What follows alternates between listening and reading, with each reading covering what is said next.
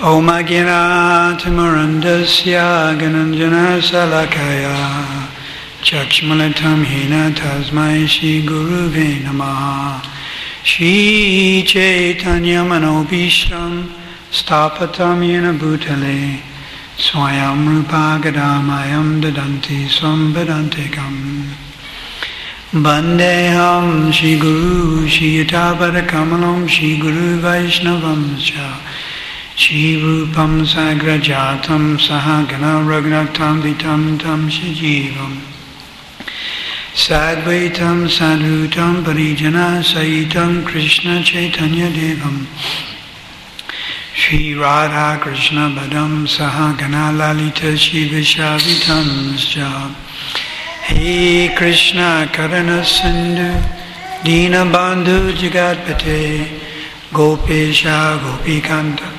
Radha Kanta Namostate Tapta Kancha Gaurange Radhe Vrindavaneshwari Rishabhana Sudadevi Pranamani Hari Priye Vanchakalpa Trubhyascha Kripa Sindhu Vivacha Patitanam Bhavanebhyo Vaishnavebhyo Namo Namaha Shri Krishna Chaitanya Prabhu Nityananda Shri Advaita Gadadhar Shivasari Gaur Bhakta Vrinda Hare Krishna Krishna Krishna Hare Hare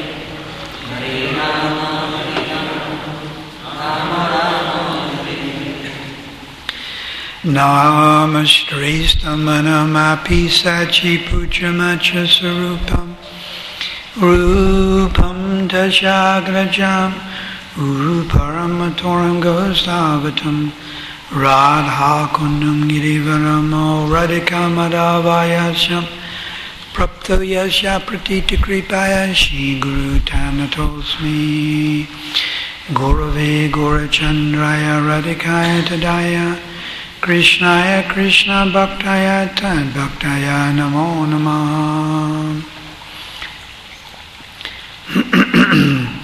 Pangam lagayate selam mukhamavatayak shrutan tat kripamadam vande Krishna Chaitanya Ishvaram Durgami Patimayandasya Skahala Padagataya Muho Swakripiyasti Dhanena Shantu Shantu Valambanam Shri Rup Shri Sanatanam Bhato Raghunath Shri Jiva Gopala Bhatta Dasa Raghunath Echai Guru Karanchana Vandana Yahweh Te Vignana Sabhista Param Jai Jai Shri Chaitanya Jaya Nityananda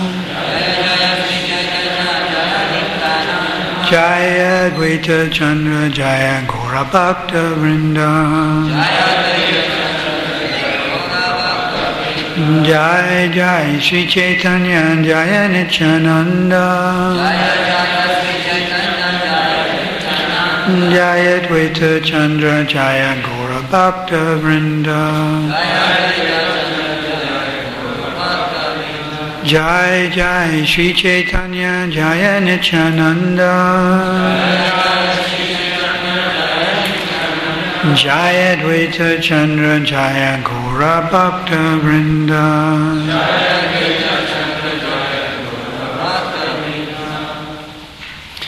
So in the Madhya Lila is described how Lord Chaitanya, he went to Vrindavan. When Lord Chaitanya Mahaprabhu, when he came back from Gaya, he was initiated. He went to Gaya on the pretense of offering oblations to his father, the Pinda or Shraddha ceremony. But that he also did, but he also met the great saint, Ishwarapuri. And Nimai Pandit, he was called Nimai Pandit up to that point. He took initiation from Ishwarapuri. Ishwarapuri Pad. Very great Vaishnava.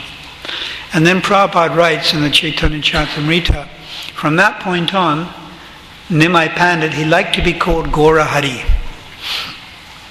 So he was referred to more as Gaura Hari or Gauranga. Gaura Hari. And this is when Gaurahari, Lord Chaitanya, started the Sankirtan mission. He came back from Gaya, and then every evening in Srivas's house, he would have Prem Nam Kirtan. He'd have wonderful Kirtan every evening. It would start as the sun was going down, and it would continue all night, midnight, into the early hours, until the next day. Kirtan for maybe 6 hours, 7 hours, 8 hours, 9 hours, 10 hours. Shiva Sangam. You've been to Shiva Sangam? Yes. And this Kirtan, it was Prem Nam Kirtan. When they were having Kirtan, it was full of Prem. Now we also have Kirtan here. Is it full of Prem? I'm afraid not. We would like it to be full of Prem, but we're not on that level. We're not so highly advanced. But nevertheless, the Prem is there, but we haven't tasted it yet. And the example given is you have a mango, and the mango is not ripe. Kacha. Am I correct? Kacha means unripe. And then you wait long enough and the mango becomes paka, ripe. So the mango is the mango, but in one condition is not ripe, and in the other condition is ripe. So one is sadhana bhakti, and the other is prema bhakti. Well, which one are we doing? Are we doing sadhana bhakti, bhava bhakti, or prema bhakti? Who amongst us is doing bhava bhakti? No. And prema bhakti, I'm afraid not. Sadhana bhakti. Executing rules and regulations while in the stage of bondage. Sadhana bhakti. So Lord Chaitanya's kirtan was Prem Nam Kirtan. Very wonderful. And only his intimate associates were allowed. Not just anyone. If you're an outsider, you couldn't come. You had to be Sajatiya. What does Sajatiya mean? Sajatiya? Speak louder. Like-minded, same caste. You're one of the intimate group, inner circle. Prabhupada talks about this, Antaranga Bhaktas. The Antaranga Bhakta is called the most confidential servitor of the Lord. And Prabhupada writes generally in Madhurya Ras. This is the end of Adi Leela, Chaitanya Charitamrita. He uses that word, Antaranga Bhaktas. So anyhow, the Lord's intimate associates would come together like Srivas. Srivas had 3 other brothers. You know their names? Srivas, Sri Ram, Sri Nidhi, and Sripati. Now one of the brothers, Sripati, died when he was young, and his daughter was Narayani. And Narayani became the mother of Vasudeva Vrindavan Das Thakur. So Srivas was Narada Muni. And Narada Muni's great friend is? What Muni? Another one? Beginning with P? Parvata Muni. So, Shishi Radharadhanath Ki Jai. Just as Narada Muni and Parvata Muni used to go around together, so Srivas and Sri Ram were incarnations of Narada and Parvata Muni. And so those 4 brothers, Chandrasekhar was older. He was older, and he was married to Sachimata's sister. Chandrasekhara, he was older. He was born in, he appeared in Srihata, and he is older, Chandrasekhar. He's more like fatherly, Vatsalya. And when Jagannath Mishra died, Jagannath Mishra is the father of Nimai Pandit, so Chandrasekhar became like a type of father figure, because he was also the uncle. So he was there also, Murari Gupta. Who's Murari Gupta? He in Ram Leela, he is? the great Hanuman. Murari Gupta was also older, and he was a physician. He was a Kaviraj doctor.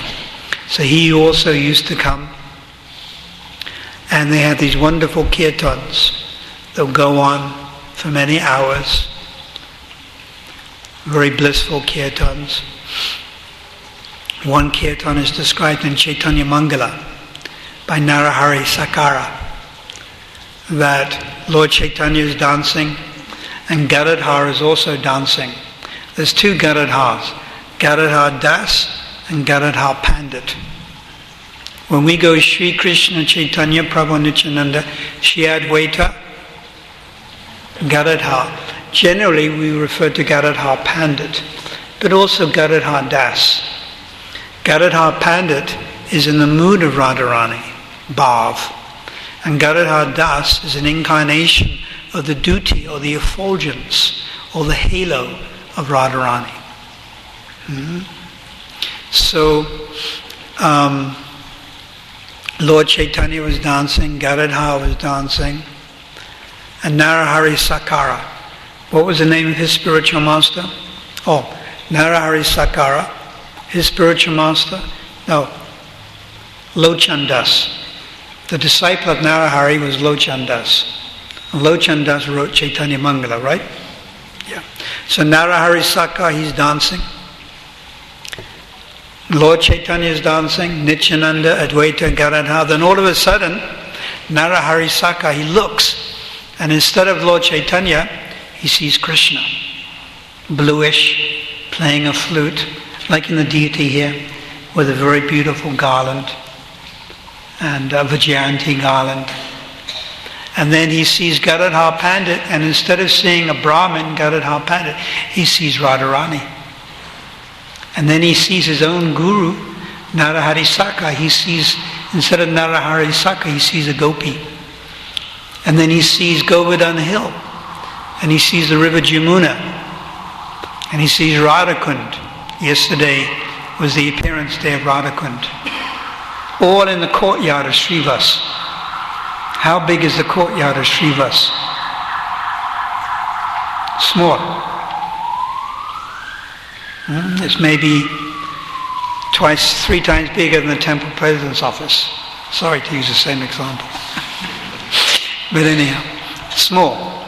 But in this Srivas Angam, in the courtyard of Srivas, Narahari Sakara had this vision, seeing Govardhan Hill, and then seeing the places around Govardhan Hill, Manasi Ganga, Radhakund, Rasastali. And then he saw the gopis, he saw the cowhead boys. Suddenly he had this vision. This is not imagination, this is called sputi. Sputi. Sputi is a spiritual term referring when the Lord or his pastimes or his lila descends and he suddenly appear into your heart. It's called sputi. It's not swapna. Swapna means dream. It's not kalpana. Kalpana means imagination. Kalpana is when you imagine something. Sputi, the Lord just manifests. But this will only happen to the advanced devotee. The Lord and his pastimes manifest. Sometimes when we're chanting Krishna's name, we get, now and again, maybe a few times a year, we get a little taste. We get a little bit of nectar. The holy name manifests itself a little bit in our consciousness, but not fully. And then we become very overwhelmed, and sometimes we may cry and weep a little, and we get a spiritual sensation. This is very wonderful. So when this is developed and advanced even more, and you get some special mercy from the Lord and his associates, then the Lord or his associates appear, and it's called spruti. Like if Lord Chaitanya appears, then it means Lord Chaitanya is giving you his mercy, he's appearing. And you see him, some aspect of his personality, dancing very beautifully. Perhaps you hear him chanting the holy name. If it's Lord Nityananda, then it's coming from Nitai, or it could be coming from Advaita or Gadadhar. Or you may have some wonderful realization of Srila Prabhupada. Srila Prabhupada is also in a position to manifest himself in your heart. He can do that. these advanced devotees of the Lord, they're not subject to mundane rules and regulations. Like according to mundane perspective, if I'm in my house in Chatsworth, then that's where I am. I can't be anywhere else. But with spiritual personalities, they can be in many places at once. Just like all of us are worshipping Lord Damodar. All of us are offering our lamps to Lord Damodar. All at once. Throughout the world, many hundreds and thousands of devotees are offering lamps to Lord Damodar. Each one is individually praying to Lord Damodar. And Lord Damodar is individually accepting all of your prayers simultaneously. Now, if you talk to me, if one of you talk to me, then I have to listen to that person. I can't listen to 10 people at once. Maybe I can listen to 2 people at once, but not 3, not 4. But here we have a situation where throughout the world, especially in India, in Gujarat, Vrindavan, all the Vaishnavas are offering a lamp to Lord Damodar. All of them are praying in a different way. And Lord Damodar is reciprocating with every single one of us simultaneously. It's just amazing to think about it. This is God. God can do this. And each of us is thinking, my Lord, He's my Lord Damodar. He's listening to my prayers. And each one of us are thinking like that. Each one is thinking, I have personal relationship. You see? So this only the Lord can do. The Lord can reciprocate with every jiva in the entire creation simultaneously. There is no number to how many jivas there are. Trillions, trillions, and trillions. That would limit it. There are more jivas than there are atoms in this universe. The Lord is reciprocating in different ways with every jiva in the creation. But He reciprocates indirectly with the conditioned souls. And He reciprocates directly with His devotees. But even amongst the devotees, millions and millions and millions. And He's reciprocating simultaneously with everyone. And everyone is feeling satisfied. Is it not? When you offer your lamp, you feel satisfied? Or you feel that Lord Damodar has ignored you? No, you all feel satisfied. You feel happy. You feel relieved. You feel like some exchange. So this is wonderful to think about. How Krishna can reciprocate, Lord Damodar can reciprocate with all of us at once. So this Lord Damodar appeared as Lord Chaitanya and would have this wonderful kirtan in Sriva Sangam. And he did that every night for 1 year. Every night for 1 year. And then Nimai Gauranga, Gaura Hari Gauranga, he took sannyas. This was a great shock when he took sannyas at Katwa. This is a great shock. Because the residents of Navadvip, they're compared to the residents of Vrindavan. Because Navadvip is Gupta Vrindavan, hidden Vrindavan. So when Krishna left Vrindavan, it was a great shock. Was it not? It was a great shock to the residents of Vrindavan. So in the same way, when Mahaprabhu, when Nimai Panda and Gaurahari and Gauranga took sannyas, it was like Krishna leaving Vrindavan. It was a great shock. Great shock. Somehow or other he did it. In Katwa, he took sannyas. They shaved his hair and he took sannyas. And then he decided, I want to go to Vrindavan. So he's teaching that we should all, at some point or other, visit Vrindavan. Vrindavan is a very wonderful place. So Mahaprabhu, in an intoxicated mood, he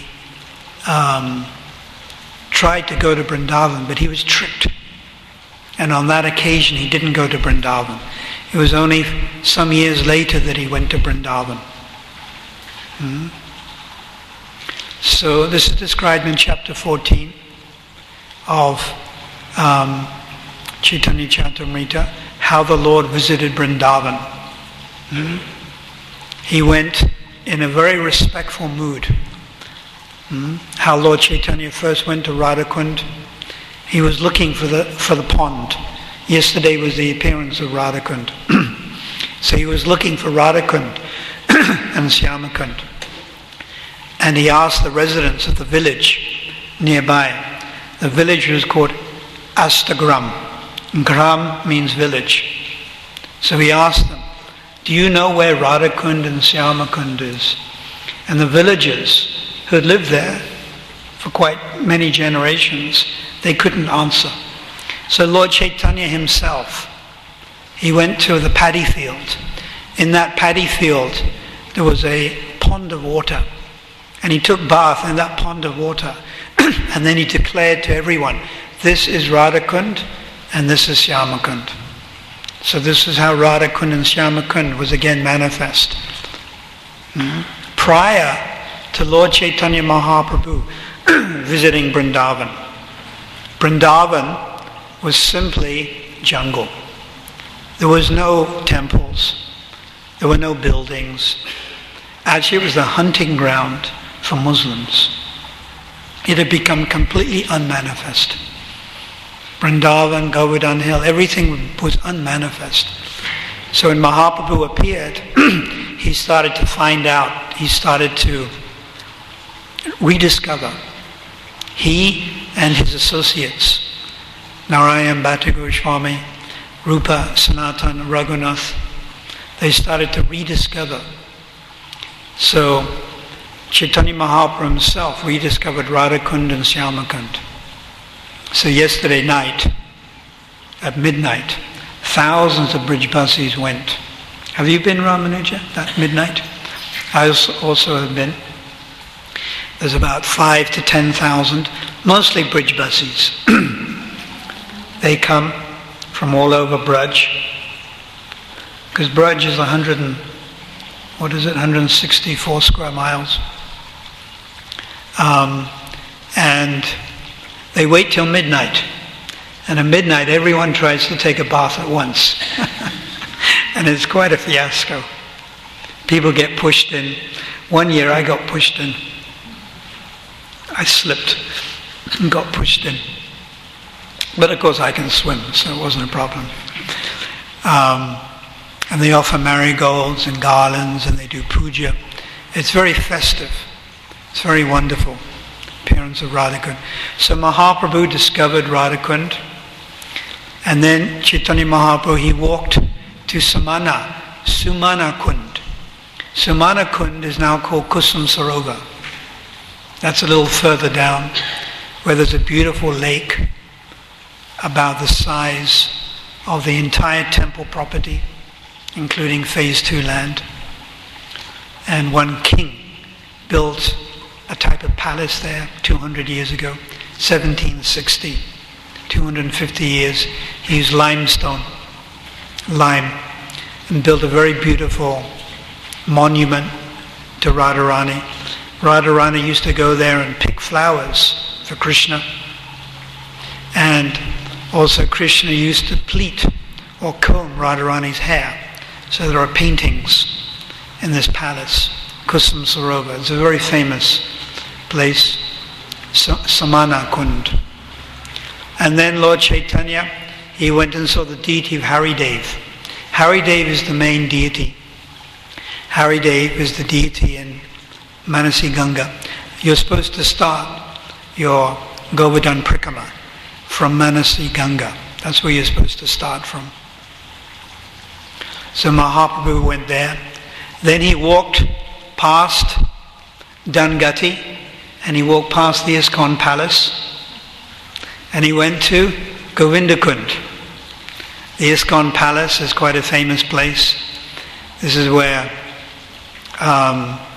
Giraj Maharaj helped to establish this place with Tamal Krishna Maharaj. It's 4 acres, 5 acres, 150 years old, and so I also stay there, and other Vaishnavas stay there. It's very nice. It's a castle. Wouldn't really call it a palace. It's a combination. You could call it between a palace and a castle. So Lord Chaitanya walked past that, past Dani Nivetakund, and he went to Govindakund. And then Mahaprabhu took bath in Govindakund. Govinda Kund is where Madhavendra Puri, where he saw the deity Gopal. And then Chaitanya Mahaprabhu went down to Rasasthali, the bottom of Govardhan Hill, where the Rasa Leela takes place. On the first day of Kartik, then Rasa Leela takes place in many places in Vrindavan. So throughout Vrindavan, there's millions of places of pilgrimage, not just a few. And many have not been discovered. The ones that have been discovered, we visit. We try to visit. Take the Vaishnavas. So all of this was made possible by Srila Prabhupada. When Prabhupada left Vrindavan and went to America, he wanted to build what you would call an American house. He called it American house for his disciples to come and visit Vrindavan. So he struggled to get land. Finally he got land, and then he pushed his disciples to build the Krishna and Balaram temple. In those days we didn't have much money, so he told his disciple Guru Kripa Maharaj, you go and collect in Japan and try to collect as much money as you can for the Krishna and Balaram temple. So Prabhupada personally instructed his disciples to collect money to build this temple in Vrindavan. And then Prabhupada personally opened that temple. Ram Navami, 1975. Why I know that is because right after the temple opened, in September, October, Prabhupada came here. And Prabhupada was looking for good cooks. He was looking for good cooks. So we had one devotee here, his name was Rukma Prabhu. And Rukma Prabhu used to cook breakfast for Prabhupada. I mean, not breakfast, I think it was more, you were doing breakfast. He used to cook lunch. Kachoris for Prabhupada. You made kachoris? No, Rukma. Yes. Prabhupada taught Kirtanananda how to make kachoris. Kirtanananda taught Rukma how to make kachoris. So he learned how to make kachoris in disciplined succession from Prabhupada. And he used to make urad dal kachoris for Prabhupada every day. And Prabhupada loved his urad dal kachoris. Kachori is actually urad dal. Well, you can make moong kachoris, potato kachoris. Oh, I see. They're round. Round, yeah. I remember in the evenings, Prabhupada would come back from a program and sometimes he would want kachori.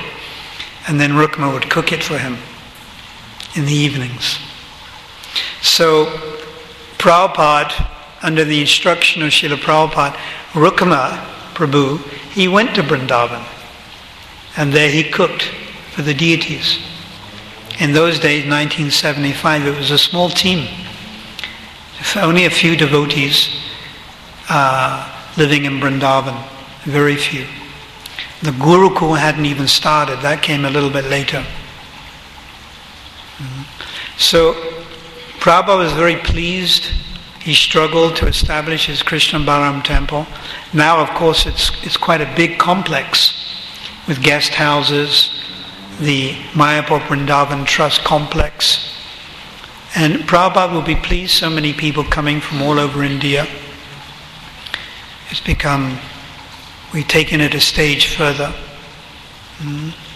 So we should at some point or other go to Vrindavan and simply stay there, absorb the mood of Kartik, chant extra rounds, read extra. We don't really go in the mood of being a tourist, more it's in the mood of just absorbing the mood, visiting some places, and taking out time to hear and chant. When you visit a holy place, the most important thing is to hear from the sadhu. It's not that you have to go to this and this and this and this place, quickly running around, but rather you try to hear from the sadhu. So right now, Bhakti Chaitanya Maharaj, he always makes it his duty to be there and take Vaishnavas around. It's a very nice contribution to the movement. He's been doing this every Kartik for the last 10 years or so. and takes devotees around. So we hear from sadhus. We hear. It's very important. You don't see a sadhu, you hear. It's very important to hear properly the philosophy. See, if we don't hear properly, then you see things from the mundane point of view. It's like if you don't hear properly the position of Krishna as the Supreme Purush, and the position of Radharani as a personification of the Ladini Shakti, then you think that the pastimes between Radha and Krishna are like the affairs of an ordinary man and woman. Now this is dangerous, very, very dangerous. Therefore Prabhupada has warned in the Chaitanya Charitamrita Madhya Lila, chapter 8, in the talks between Lord Chaitanya and Ramananda Roy, that generally we don't talk about the pastimes of Lord Krishna and the gopis in public. When Lord Chaitanya met with Ramananda Roy, they embraced each other. And Ramananda Roy, of course, is Vishaka. And Lord Chaitanya is none other than Krishna. So it's like Krishna meeting Vishaka. Or, of course, Lord Chaitanya also has the mood of Radharani. So, of course, Radharani and Vishaka are intimately connected. So whichever way you look at it, the Lord and his devotee, or Radharani and her devotee, are meeting. So when they met, immediately they understood each other's real identity. And muchitat, they became overwhelmed with spiritual ecstasy, and they fell on the ground unconscious. But Ramananda Roy was accompanied with 1,000 people. 1,000 people had come with him, and many of them were smarta Brahmins. And these smarta Brahmins, they wondered, how is this that this sannyasi is embracing a Sudra? Ramananda Roy took birth in a Kayastha or Sudra family. So because they're smarta Brahmins means caste consciousness. You know this? You're born into a certain caste. So when Lord Chaitanya and Ramananda Roy, when they realized that there's doubt in the minds of all these other people, they contain themselves. They contain themselves. And Lord Chaitanya told Ramananda Roy, I would like to meet you in Rahasa Stan, Nibritya Stan, in a solitary place. And I would like to talk to you about Harikatha, but only Raha Stan or Nibritya Stan, in a solitary place. And Prabhupada in that purport says that topics of Lord Krishna, and particularly his pastimes of the gopis, are to be discussed in a solitary place, not to be discussed in public. It's a very delicate subject matter. And the reason being is that if we don't understand properly Krishna's position and the position of his associates, we think it's like the mundane affairs of a man and woman. Yeah, just like all the Hindi films. You know, the main theme is boy loves girl, girl loves boy. You know, but it's not like that at all. Krishna is a supreme Purush. He's a supreme male. And Radharani is a personification of Ladini Shakti. She's the pleasure-giving potency of the Lord. And everything about her body, her jewelry, her mood, the words she speaks, is simply a transformation, vikar, of Ladini Shakti. Radha Krishna pranay vikriti Ladini Shakti asmit ekatmana vapi bhui deha bedam gatotu Chaitanya kyam prakritam adunana chakyam aptam Radha bhav duti savolitam naomi Krishna sarupam. That the affairs of Lord Krishna and Radharani are transformations of the internal pleasure-giving potency. Vikar, the word vikar means transformations. Ladini Shakti, nothing to do with material energy. When we talk about material energy, then we talk about lust. Is it not? When a man and woman meet in the material world, what is the exchange? It is one of lust. Let's be honest. That's all it is. Man and woman, their relationship is simply based on lust. It's a transformation of lust. But in the spiritual world, when the Lord meets his devotee, it's a transformation of prema. So we should always understand this. And we should never drag Krishna's pastimes down to the mundane level. It's like trying to put an elephant on a plate. Prabhupada's described this, Adi Leela, chapter 1. Can you put an elephant on a plate? So, speculating about the Lord's pastimes is like trying to throw mud into transcendence with one's perversities. These are all Prabhupada's words, actually. So we should hear from superior personalities. We should hear from Prabhupada and the Acharyas. So Lord Damodar also, he's not an ordinary baby. He's God. Although he looks like a young child, he's actually the Supreme God. From him, everything comes. But he's playing the part, due to the influence of Leela Shakti, Yoga Maya, he's playing the part of a young child. And Mother Yasoda is playing the part of his mother. Mother Yasoda is Krishna's eternal mother. So on Kartik we pray to Mother Yasoda. If you pray to Mother Yasoda, it is more useful than praying to Lord Damodar. Because who captured Lord Damodar? Mother Yasoda. So when you offer the lamp, you also offer to Mother Yasoda. Krishna appreciates more service to his devotees than service to himself. You know that. So we pray to Mother Yasoda that we can also capture Krishna within our heart, like she captured Krishna. And Krishna is more available in the month of Damodar. He is more easily available. And we know that our devotion is multiplied 1,000 times. So it's very nice to see you coming. I think most of you come most nights.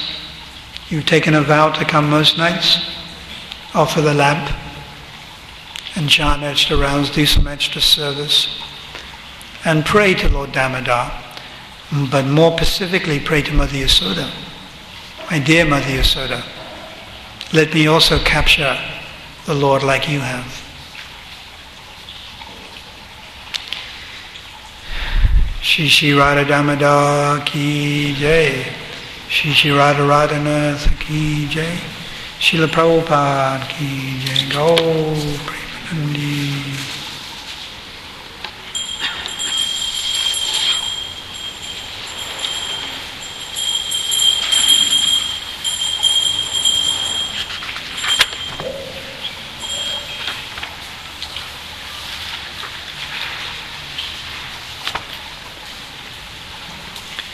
Please explain, why do we conceal japamala when chanting? How does one wear the japamala when how does one wash the japamala when it discolors because of perspiration? Well, the japamala, the beads are sacred. Why do we conceal? There are pictures of Srila Prabhupada chanting japa with the beads out. But beads are sacred. So we keep them above so they don't drop too low. So keeping them in the bead bag keeps them higher. But even when chanting, we should be a little respectful. I know sometimes devotees, they chant with their hands behind their back. So that means the bead bag is right next to their backside. If we think about it, it's not really so appropriate. And keeping the japamala in the bead bag keeps them clean also. But there are pictures of Prabhupada chanting with his beads out. And we should look after them. We should soak them in mustard oil, soak them in linseed oil. And then they won't get dirty.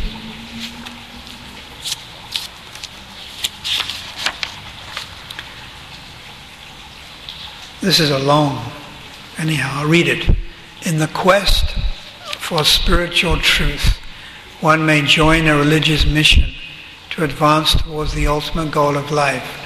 After some time, however, sectarian politics may appear to bar the path of progress, he may see that within the society, pragmatic concerns take precedence over spiritual ideals. If one feels a necessity to look elsewhere, his authorities may tell him that there are no higher truths to be found. One may also be warned that if he leaves the society, he will suffer serious repercussions. He may become an outcast, branded as a heretic for pursuing what he sincerely feels to be the ideal upon which the society was founded. Should he risk leaving the society, ignoring the advice of his immediate authorities, or should he try to remain within the society?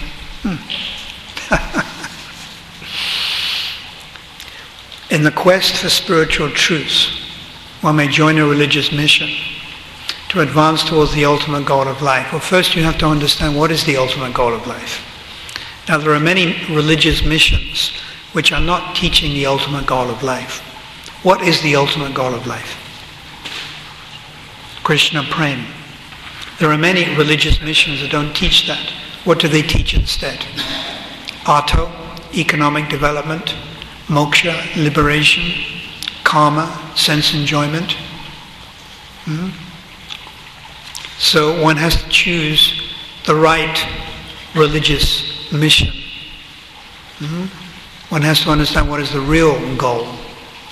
After some time, however, sectarian politics may appear to bar the path of progress.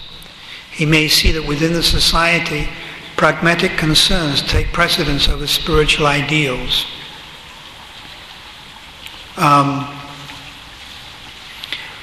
Sometimes in the beginning stage, I would say up to the stage of Ashakti, the mission is the mission, the Vaishnava mission or the ISKCON society is essential. Even though there may be problems, it's essential. In other words, from the stage of Shraddha, Sadhu Sangha, Anishta Bhakti, Anartha Nivritti, even to the stage of Nishta, we need the institution in order to progress, in order to go forward, in order to help us traverse the stage of Anartha Nivritti. When you get to the stage of especially deep ruchi and ashakti, then you don't particularly need the mission. You could quite successfully practice Krishna consciousness by yourself, just like Prabhupada did. Prabhupada left home in 1954. He stayed in Vrindavan quietly by himself for some 11 years. He wasn't attached to any particular mission. But Prabhupada was on a much higher stage. He could sit and chant for 3 hours, 4 hours, 5 hours, 6 hours. He could chant for 7, 8 hours a day. He could read Bhagavatam all day. He could translate. He was peaceful. Now we're not that peaceful. Upadrita. Our minds are very restless. We need the mission to purify ourselves. So on a certain level you need the mission. On a higher level, you don't necessarily need the mission, but because Srila Prabhupada stressed so much the mission, we continue to work within the society. Prabhupada's last instruction was to cooperate within the society. So even though one may be on a much higher stage, like it's my own personal belief that Gaur Govinda Maharaj was on the stage of Bhava Bhakti, still he stayed within the mission. So on a higher stage, the disciples of Prabhupada will also stay in the mission, simply to teach the right example and to reach out to other people. It's through the mission that you can most successfully preach. You can't successfully. Preaching individually without the mission is not so effective. But within the structure of ISKCON, it's much more effective. So if one feels the question continues. If one feels the necessity to look elsewhere, there is no need to look elsewhere. Outside of India, there is only the ISKCON society that's actually preaching.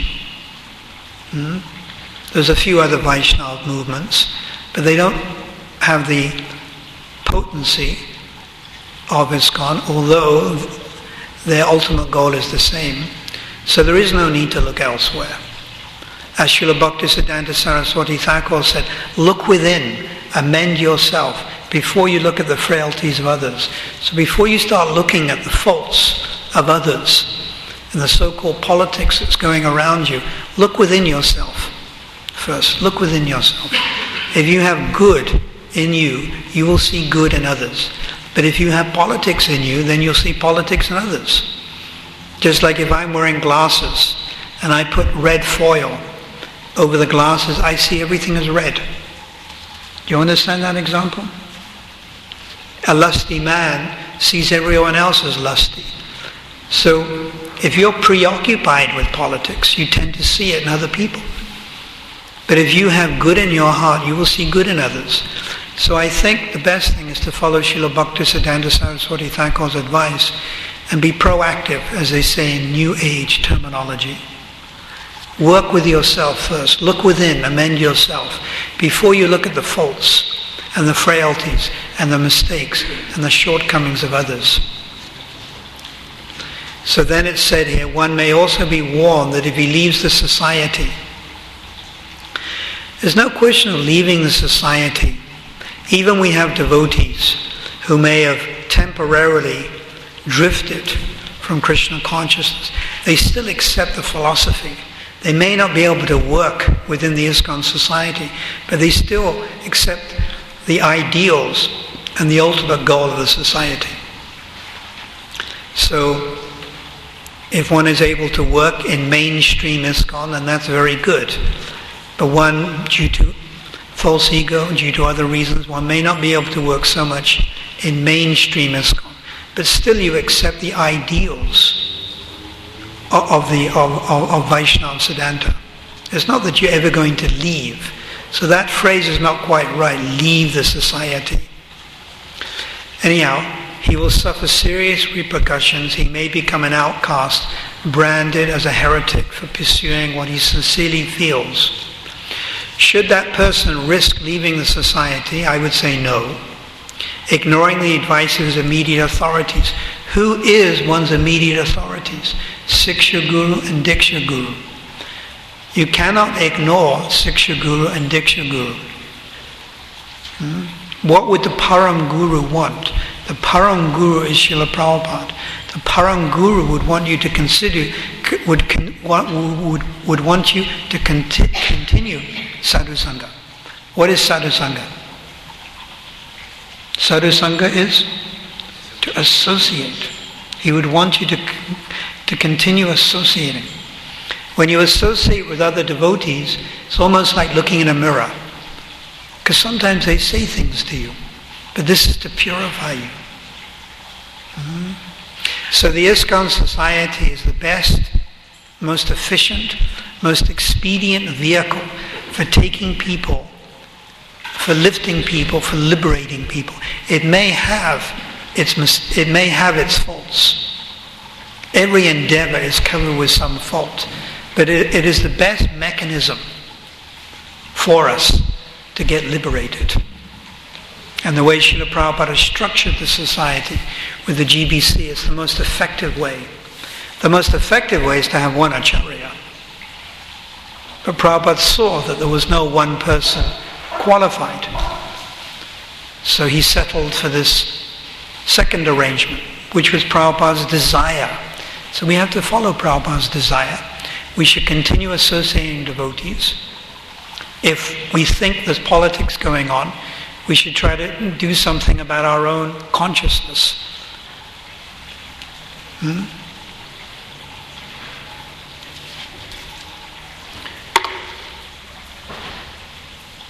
So we'll just end with a short kirtan before the curtains close. Hare Krishna, Krishna Krishna, Hare Hare, Hare Ramo, Hare Ramo, Ramo Ramo, Hare Hare, Hare Krishna,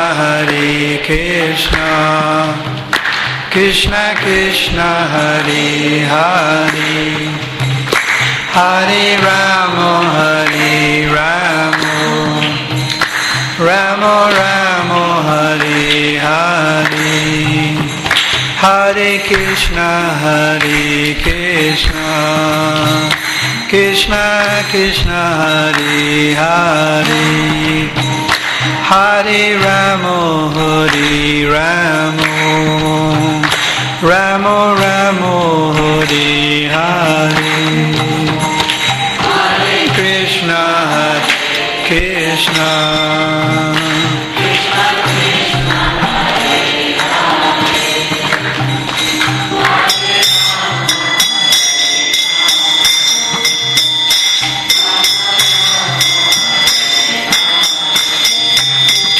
Hare Krishna, Hare Krishna, Krishna Krishna, Hare Hare, Hare Ramo, Hare Ramo, Ramo Ramo, Hare Hare, Hare Krishna, Hare Krishna,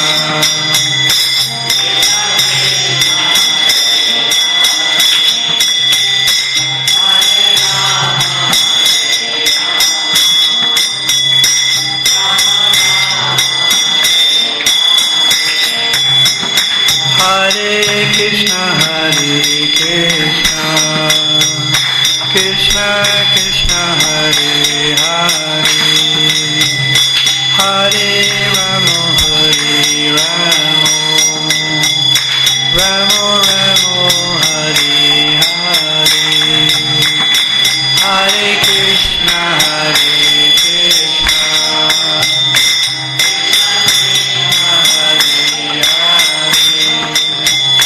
Hare Ramo, Hare Ramo,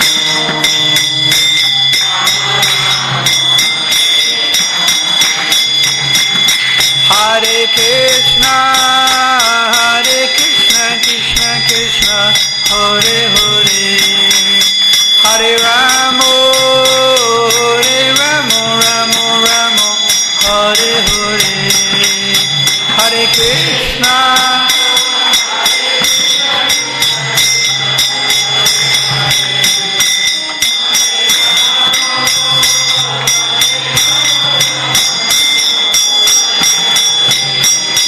Hare Krishna, Hare Krishna, Krishna Krishna, Hare Hare, Hare Ramo, Hare Ramo, Ramo Ramo, Hare Hare, Hare Krishna, Hare Krishna,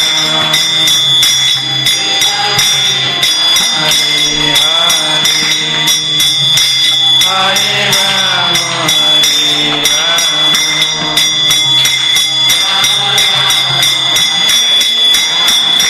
Jaya Radha, Damodara Radha, Damodara Radhe,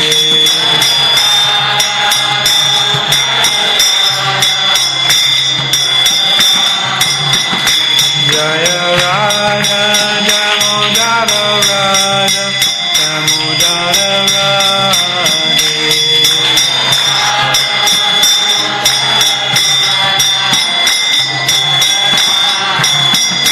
Jaya Radha, Radhanatha, Radha Radhanatha Radhe,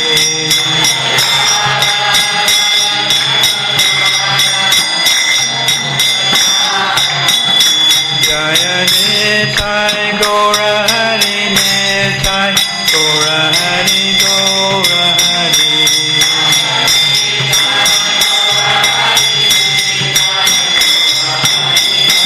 Nitai Gaura Hari Mo, Hari Mo, Hari Mo, Nitai Gaura Hari Mo,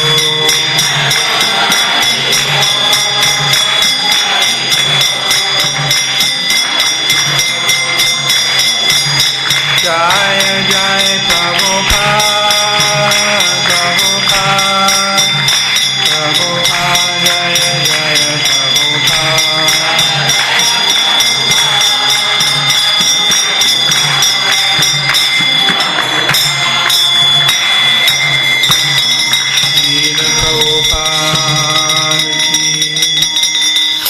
Jayom Vishnupad Paramahansa Parivajikacharya Saraswati Simrita Vangris Abhay Charvinda Bhaktivedanta Goswami Srila Prabhupada Ki Jai. ISKCON BBT founder Acharya Srila Prabhupada Ki Jai. Jayom Vishnupad Paramahansa Parivajikacharya Saraswati Simrita Vangris Srila Bhaktivedanta Saraswati Goswami Srila Prabhupada Ki. Anandakara Vaishnava Vrinda Ki Jai. Shri Shri Radha Radhanatha Ki. Shri Shri Radha Damadara Ki. Damoda Kartik Brata Ki. Gau Premanandi. Oh glories to some devotees. Oh glories to some devotees. Oh glories to some devotees. All glories to Shri Guru and Gauranga. All glories to Srila Prabhupada.